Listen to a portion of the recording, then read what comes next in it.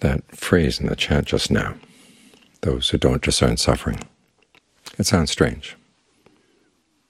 You think that everybody discerns suffering. Babies know suffering. They know enough to cry. Even common animals know when they're in pain. But that's not what the Buddha means. They're the kinds of suffering we all know about, and he lists them when he talks about the noble truth of suffering: aging, illness, death. He adds birth, which may be a surprise to some, but of course people who've been through childbirth know that there's a lot of pain. There's being separated from what you love, having to live with what you don't love, not getting what you want. All these are things we know. But then the Buddha says something that's unexpected. He says, when you boil it all down, it's the 5 clinging aggregates.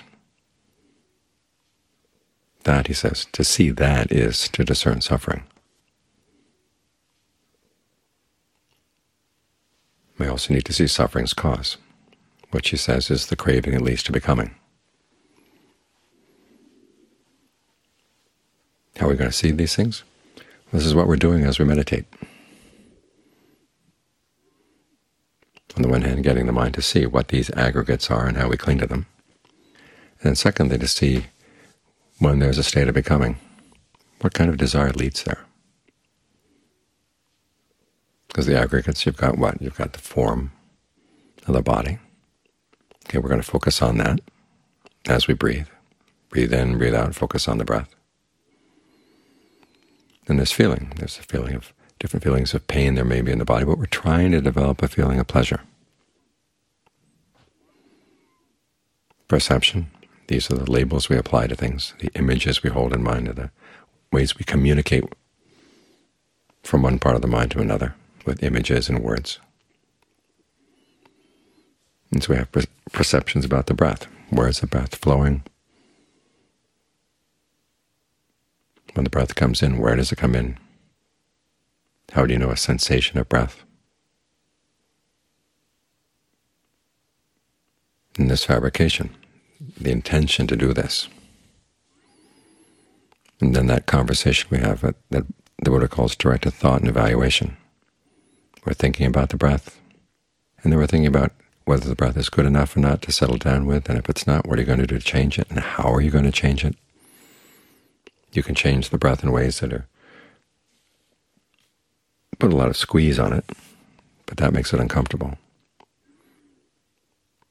You have to learn just the right touch. All of this is part of that conversation. And then the conversation about how you take that sense of well-being that comes with the breath and then let it spread around.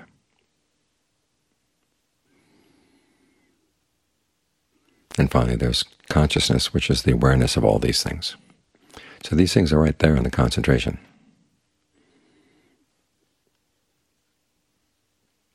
And the question is, how are we going to get the mind into concentration without clinging? And the answer is, you're not. You're going to need to cling.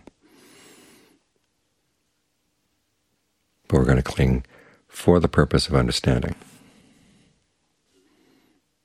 It's the same with desire, same with craving. You need to employ these things in order to get the mind into concentration. And as you employ them, then you get to know them well. I've known people who say, well, if you try to get the mind into concentration, or you want to get the mind into concentration, then it's desire and clinging and craving, and there's going to be a sense of self, and we all know what the Buddha says, that there shouldn't be a sense of self. And that's short-circuiting the path right there. The Buddhist path is strategic. We're using things that eventually we're going to be letting go of, and we're going to be able to let go of them because we use them. In other words, we learn about them as we use them. That issue with the craving that leads to becoming. On the one hand, you've got the craving to get the mind into concentration. On the other hand, there will be other cravings that go someplace else. As the mind loses interest in the concentration, loses interest in the breath, it'll go someplace either to another thought world or into a world of drowsiness. A drowsy state, that too is a state of becoming. It's based on the desire to have some rest.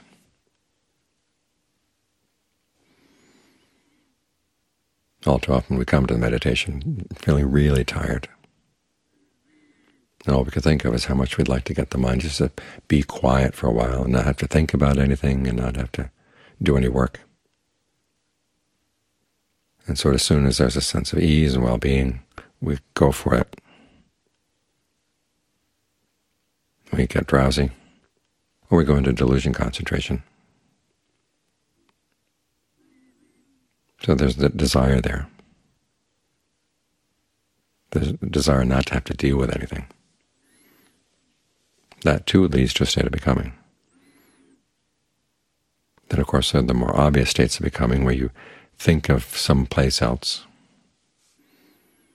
and your mind goes there. That's becoming and birth on the subtle level.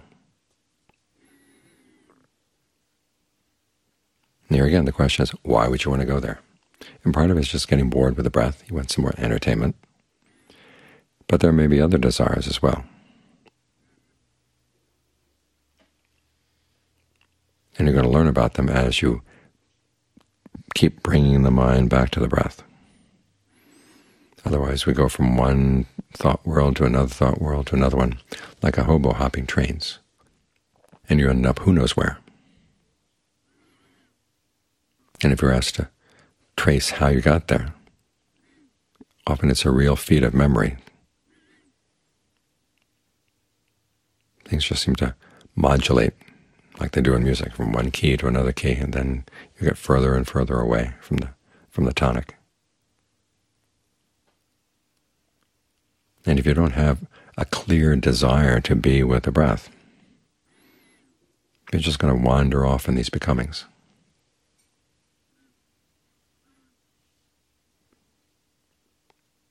So you're learning about desire very clearly, and the desire is what causes you to learn in general. And John Lee makes this point. It's because of our desire that we practice. It's because of our desire that we try to get the mind to settle down. It's because of our desire we try to understand things. You look at how the Buddha taught. He didn't set out a view of the world right away. He set out a task. He said, here's a problem, and here's how to approach the problem. And then you learn about the mind as you try to solve the problem.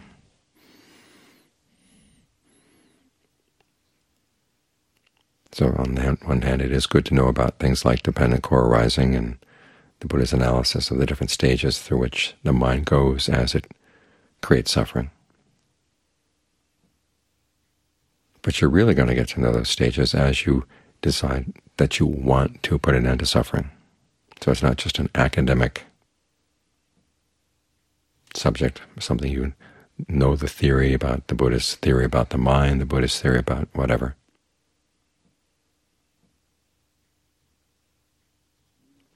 He has this analysis because he wanted to put an end to suffering. This is what he learned about the mind in the course of that. And so when he started to teach, he would start by saying, well, here's the problem, which is suffering, and here's the solution. These are the steps, the things you do, the things you've got to do, the duties with regard to the different noble truths.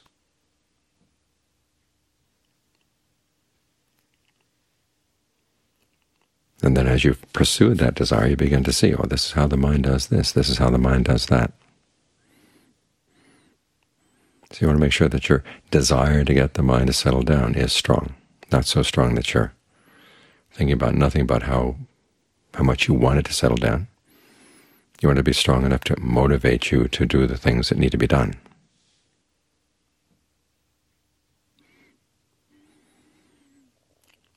And as you tackle these problems that the Buddha poses, where do you see clinging? Where do you see craving? What kinds of clinging and craving will be your friends for the time being, and which kinds of clinging and craving do you have to let go of as soon as possible? These are questions you'll be able to answer because you want to.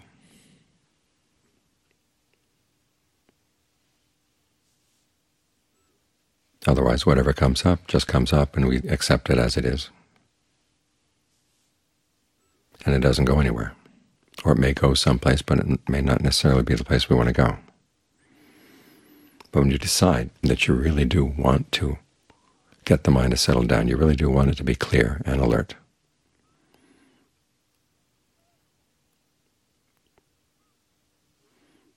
that's when you have the opportunity to learn about the mind.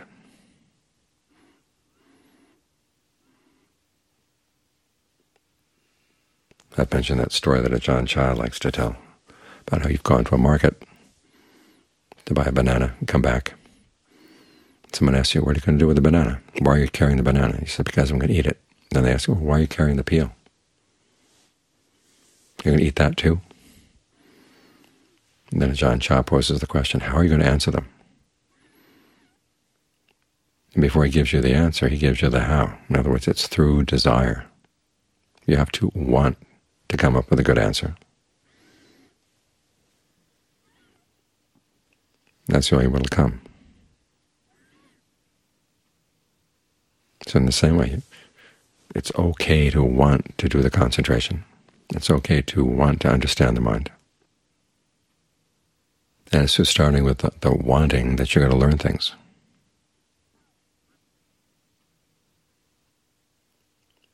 This is why John Lee, when he talks about the different mental qualities that go into the practice of mindfulness, ardency, alertness, and mindfulness, assigns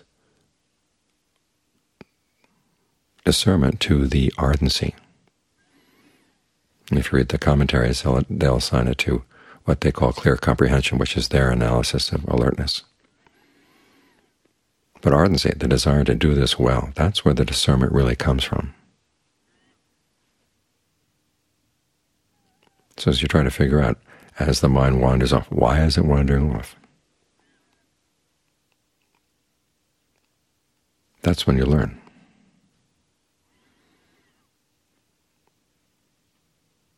When the mind is getting sleepy and drowsy, why is it going for the sleepiness and drowsiness? What's the desire there?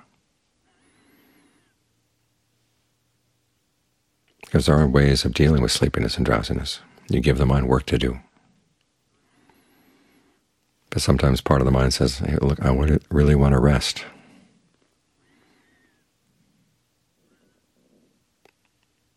So you give it some time to rest, but then at the same time you say, okay, you've got to get to work. You've got to learn how to stir up your energy, stir up the desires. In the Buddhist terms, it's called generating desire. To want to get past that.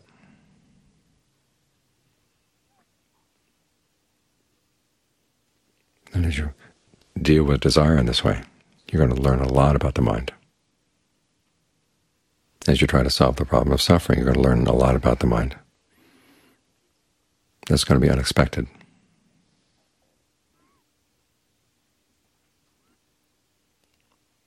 The important thing is that you adopt the Buddhist strategy. Because as he said, the desires or the craving that lead to suffering include not only craving for becoming, but also craving for non-becoming. In other words, you've got a state of becoming and you don't like it. You want to destroy it. That, too, can lead to suffering.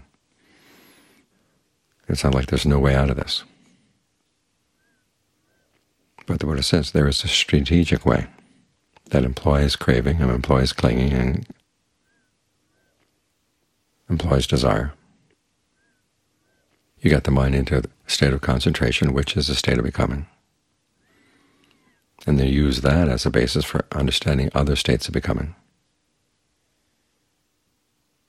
other cravings, other desires.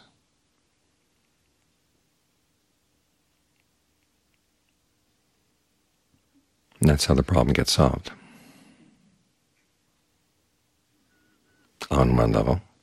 And then you can turn that same analysis on the concentration itself. But don't do that until you've taken care of a lot of other distractions.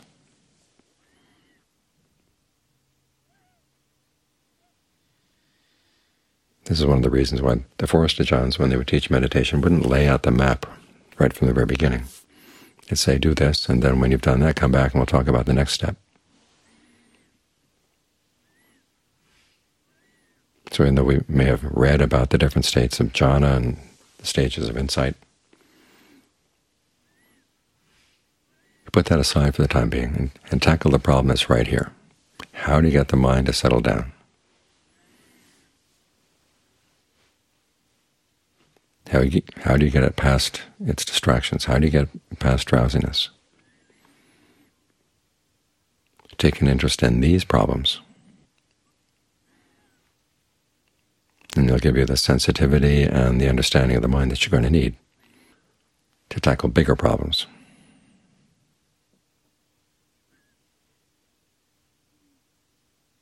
So focus your desires right here to get the mind to settle down.